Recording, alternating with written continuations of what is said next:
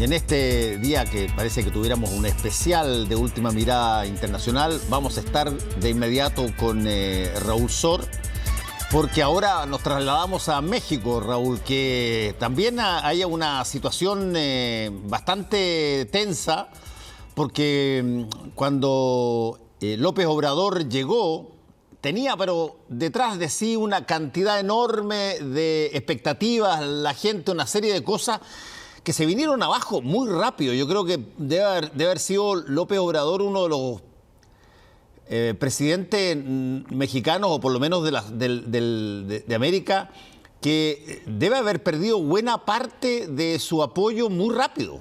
Y sin embargo, está todavía adelantado en las elecciones. Bueno, el partido de AMLO, no AMLO Morena. Morena, sí. Su partido. Su partido. Bueno, yo te diría que cualquier mandatario latinoamericano, si quisiera tener los índices de popularidad que tiene él está en según la última encuesta con un 60% de popularidad, 60%. Ya se lo quisiera cualquiera. No, estoy de acuerdo, estoy de acuerdo, pero esos 60 son bien curiosos porque hay de repente unos tumultos y unas manifestaciones muy grandes. Hace un tiempo conversábamos, bastante fuertes por problemas que tenía AMLO con situaciones económicas muy directas. Y se decía, bueno, ¿qué fue lo que pasó con este López Obrador que venía con tanto impulso? Sí, bueno, yo creo que, como en todas las elecciones, aquí hay que explicarlas porque le ha ido mal en algunas cosas y le ha ido bien en otras. ¿En qué le fue mal? Le fue mal en la elección en la Cámara de Diputados. Él tenía la esperanza de llegar a esa cifra máxima, mágica, que es 2/3 de la Cámara. Y bueno, ahora incluso con sus aliados no va a llegar a esos 2/3 y por lo tanto siempre se rumoreó que él quería hacer una reforma constitucional y que para aprobar, como ya sabemos, este es un mecanismo bastante recurrido, necesitaba 2/3 de la Cámara de Diputados para poder hacerlo y ahora ya no va a tener esa mayoría, aunque va a tener una mayoría simple, bastante cómoda, en la cual va a poder aprobar presupuestos, nombramientos y una serie de medidas, pero claro, todo lo que es estrictamente constitucional se le fue de las manos y en ese sentido los resultados en la Cámara de Diputados le fueron negativos porque además perdió, lejos de aumentar su votación, tuvo una merma de alrededor de 50 diputados, todavía no están las cifras exactas, pero de ese orden fue la merma. Ya tenía una votación muy importante, pero con sus aliados, el Partido Verde, que obtuvo muy buenos resultados, dicho sea pasada como paréntesis, el Partido Verde mexicano es súper raro. Cuando yo estuve allí cubriendo las últimas elecciones, el Partido Verde había tapizado Ciudad de México con propaganda a favor de la pena de muerte. O sea que te digo, un Partido Verde muy sui generis.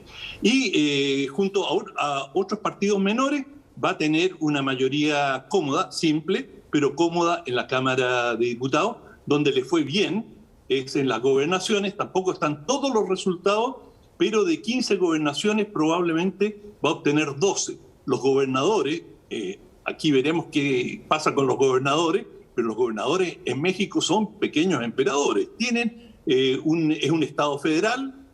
Por lo tanto, los gobernadores tienen un poder enorme, realmente enorme, y deciden mucho sobre lo que pasa en sus respectivos estados.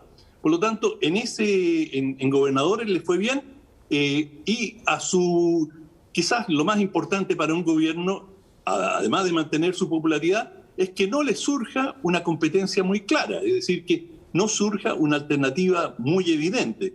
Y por lo visto, el partido con las mejores, por lejos, mejor opción de oposición es el partido de la derecha, digamos así, la derecha dura mexicana, que es el PAN, el Partido de Acción Nacional. El PAN sacó una buena votación, más de lo que se esperaba o lo que se había pronosticado, pero con todo, si quieres ponerlo en perspectiva, Morena obtiene del orden de 140 diputados y el PAN va a obtener 110. Es decir, todavía hay una distancia muy, muy grande entre los dos partidos, y además el PRD, que es otro partido opositor, sacó una votación relativamente muy baja. Por supuesto que el gran partido del poder en México es el PRI, y el PRI obtuvo una votación modesta detrás del PAN. O sea, el PRI, aunque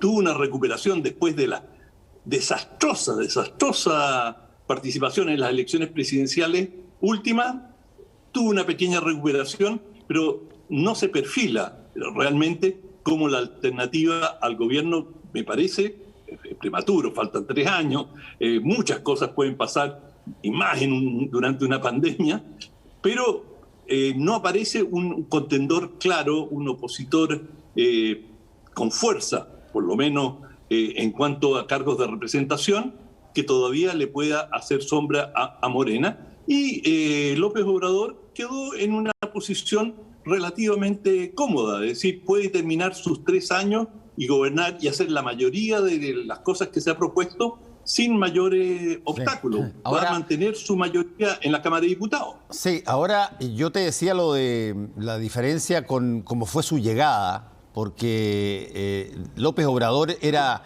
un personaje desde mucho tiempo, que había sido distanciado 2 o 3 veces en esta cosa, y de pronto entra con un ímpetu gigantesco. Pero una llegada apoteósica. Una llegada apoteósica, tenía 80 y tantos % de popularidad, o 90% de popularidad, era una cosa salvaje.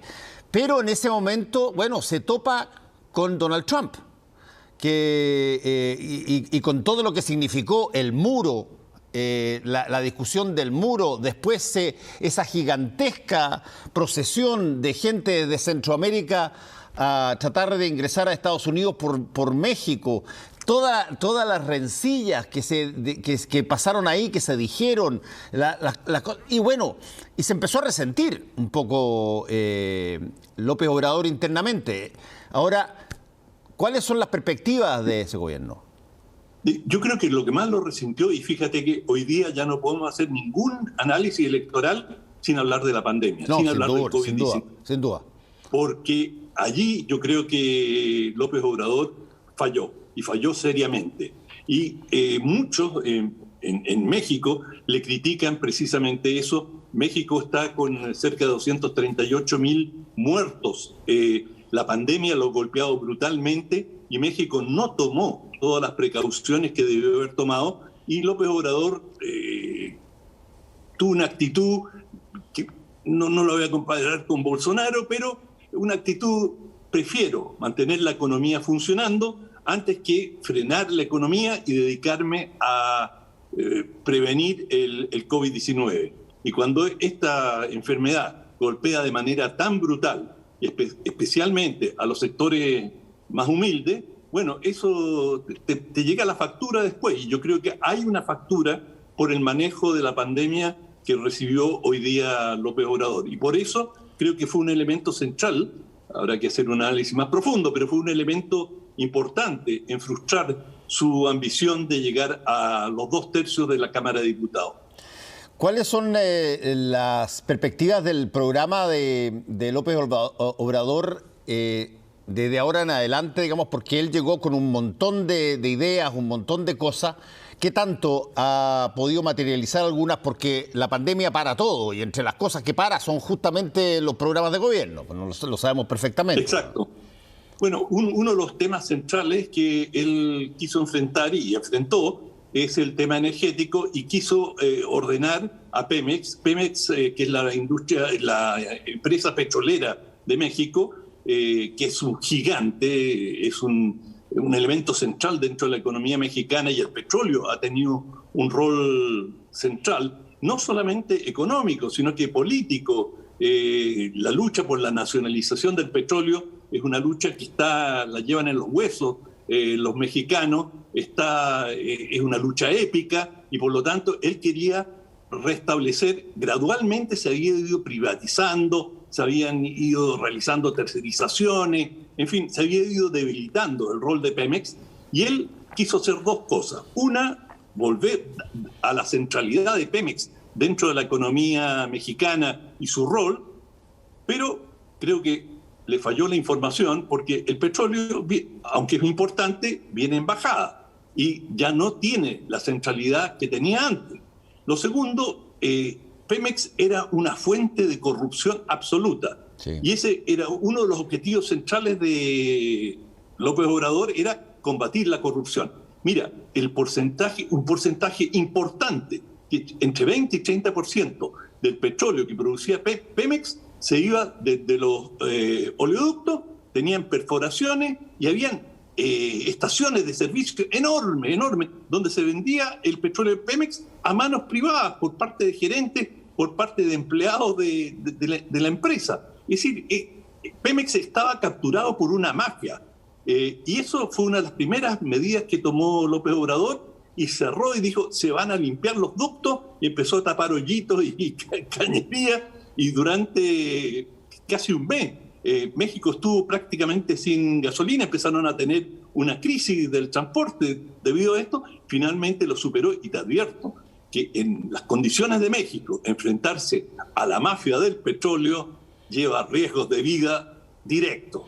Y tuvo el coraje, y la gente eso se lo aplaudió. Ese es uno de los grandes logros de López Obrador, fue haber saneado, suponemos, porque a lo mejor hay otra vez ductos, pero por lo menos en una primera instancia logró sanear eso y dio una señal muy fuerte de coraje y de decisión de luchar contra la corrupción. Pero en la lucha contra la corrupción tuvo una gran derrota. Y esa es la violencia. Él también prometió que iba a reemplazar las balas por los abrazos.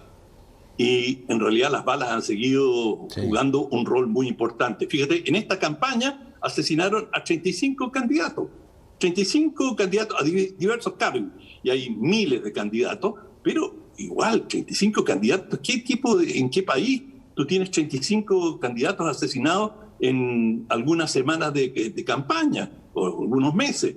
Por lo tanto, en este plano, él no ha logrado controlar la situación de violencia, que es un elemento central que pesa y amenaza a la vida de las personas, porque por cada uno que muere hay 20 o 30 amenazados que se han tenido que someter al imperio de las redes narcotraficantes, que los carteles siguen siendo muy poderosos en México, y que han tenido que hacer lo que se les exige, gente que es extorsionada. En fin, uno sabe lo que representan estas organizaciones, y cuando uno ve que cae un miembro, muere uno de sus militantes, por así llamarlo, bueno, uno sabe cuántos crímenes ha cometido ese individuo, o supone, o cuánta intimidación hay detrás de estas organizaciones. Y las principales víctimas de estos carteles, en muchos casos, han sido migrantes que tú bien señalabas, cruzaban a través de México, desde Centroamérica, para tratar de llegar a Estados Unidos. Bueno, mañana veremos qué pasa, porque Kamala Harris va a estar en México justamente para discutir con AMLO qué pasa con las políticas migratorias. Y AMLO, como le dicen a López Obrador, ha sido muy colaborador con Estados Unidos, es decir, ha hecho todo lo posible por frenar este flujo migratorio que va a través de México. Y Kamala Harris, ya en Guatemala, hoy día dijo, no más migrantes, quédense donde están, no van a poder entrar a Estados Unidos. Y México, la cooperación de México, la cooperación de AMLO es absolutamente vital para Estados Unidos, y ese es, hasta cierto punto, digámoslo así, es una palanca de negociación que tiene AMLO frente a Estados Unidos, que es un elemento determinante para la economía y la estabilidad de México. Oye, una última cosa, Raúl. México lo conocimos durante muchísimos años, básicamente sobre la base de un partido único que de alguna forma heredaba cargos al elegido que venía después, sobre todo en la época del PRI estoy hablando. Claro, el Partido Revolucionario Institucional. Claro, que era una institucionalidad perfecta, donde tú sabías exactamente quién iba a ser el próximo presidente, cómo se ungía, había toda una liturgia. Y bueno, de pronto empiezan a cambiar de signo las personas que llegan al poder. ¿Qué tipo de democracia es hoy día México? ¿Cómo se podría caracterizar el sistema político mexicano hoy? Bueno, hoy día hay alternancia, y si la alternancia es un factor que nos habla de la salud de un sistema, tienen alternancia genuina. Por eso pudo llegar AMLO al gobierno. Hay, creo yo, todavía altísimos niveles de corrupción en el sistema electoral mexicano. En las últimas elecciones me tocó cubrirla, estuve allí y bueno, vi como directamente, o sea, ni siquiera es algo tan escondido. La gente llega ahí con papelitos que les han dado los agentes de campaña 1, campaña 2, 3, o con pulseras, digamos, con unas pulseritas para identificar que ellos vienen a votar por tal candidato. Hay maneras de verificar por quién ha votado cada cual, casi a la vista del público les pagan o le van a cobrar, les dan un papelito y van a cobrar al almacén más cercano y pueden sacar chelas y comida, etcétera. Es un sistema, digamos, el sistema electoral hasta ahora ha sido extraordinariamente corrupto y eso fue uno de los grandes éxitos de AMLO, que pese a enfrentar una situación de corrupción electoral manifiesta, pudo conseguir una mayoría porque también un sector muy importante del pueblo mexicano está absolutamente harto de estas prácticas viciadas, en muchos casos gangsteriles. Pero es muy difícil conocer en profundidad cuánto esto ha cambiado o si estos vicios se van a repetir en el futuro. Bueno, estaremos atentos entonces. Muchas gracias, Raúl. Que te vaya muy bien. Cuídate.